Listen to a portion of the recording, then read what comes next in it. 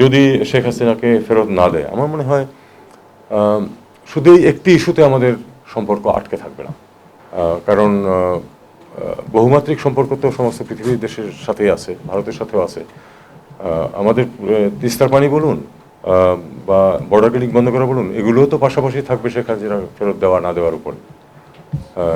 একটা তো আরেকটার উপর নির্ভরশীল না, আমাদের ওই স্বার্থগুলি থেকেই যাবে। কাজে আমরা সেগুলি আমাদের স্বার্থ উদ্ধারের চেষ্টা অব্যাহত থাকবে আমাদের। কতদিন লাগবে আমরা জানি না, তবে আমরা অবশ্যই চাই যে যেহেতু তিনি কনভিক্টেড হয়েছেন তাকে ফেরত দেওয়া হোক, যাতে আমরা বিচার শাস্তি ইমপ্লিমেন্ট করা যায়। কিন্তু এটার কারণে বাকি সব আটকে থাকবে এটা আমি মনে করি না। তিস্তা এবং বর্ডার এই দুটো হচ্ছে আমাদের স্বার্থ অবশ্যই, এটা আমরা সবাই জানি যে তিস্তার পানি এবং বর্ডার কিলিং বন্ধ হয়, এটা নিয়ে প্রচুর আলোচনা সমালোচনা ক্ষোভ অসন্তোষ সবই ছিল বাংলাদেশে।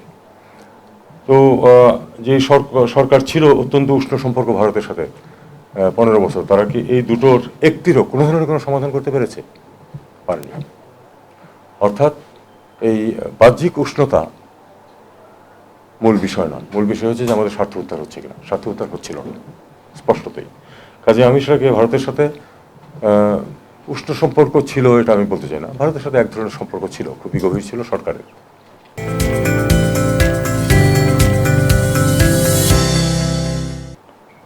পাকিস্তানের সাথে সম্পর্ক ডেলিবারেটলি খারাপ করে রাখা হয়েছিল, কিছু সিদ্ধান্ত ছিল যার কারণে পাকিস্তানের সাথে সম্পর্ক আগের তুলনায় ডেটোরিয়েট করেছিল। আমাদের ধরুন 2009-এর আগে পাকিস্তানের সাথে আমাদের যেসব বিষয় ছিল তার তো কোনো পরিবর্তন হয়নি পরবর্তী 15 বছরে। আমাদের দিক থেকে কোনো, ওদের দিক থেকে কোনো পরিবর্তন হয়নি। বলতে পারেন আপনারা যে ক্ষমা চায় নাই, বলতে পারেন যে অ্যাসেট ভাগাভাগি হয়নি, সে তো আগেও হয় নাই পরেও হয় নাই। কিন্তু এই সময়টাতে ডেলিভারিটলি কিছু সিদ্ধান্ত নিয়ে পাকিস্তানের সাথে সম্পর্কটাকে খারাপ করা হয়েছিল। আমাদের সিদ্ধান্তটা ছিল যে আমরা পাকিস্তানের সাথে একটা স্বাভাবিক সম্পর্ক প্রতিষ্ঠা করব, অতিরিক্ত কোনো কিছু না, কিন্তু একটা প্রতিবেশী হিসাবে আমাদের স্বাভাবিক সম্পর্ক প্রতিষ্ঠা করব। স্বার্থের প্রশ্ন এখানে তুলেছেন, সেটা হলো যে আমাদের যদি যেসব ইম্পোর্ট এক্সপোর্টের প্রয়োজন হয়, বিশেষ করে ইম্পোর্টের প্রয়োজন, সেটা যদি একটি ছোট হলেও যদি একটা বিকল্প উৎস থাকে, সেটা তো আমার মনে হয় আমাদের স্বার্থেই আসে। আমরা তো পাকিস্তান থেকে তুলে আনতে পারি, পাকিস্তান থেকে এমনকি পেঁয়াজও এসেছে যখন পেঁয়াজের শর্টেজ ছিল।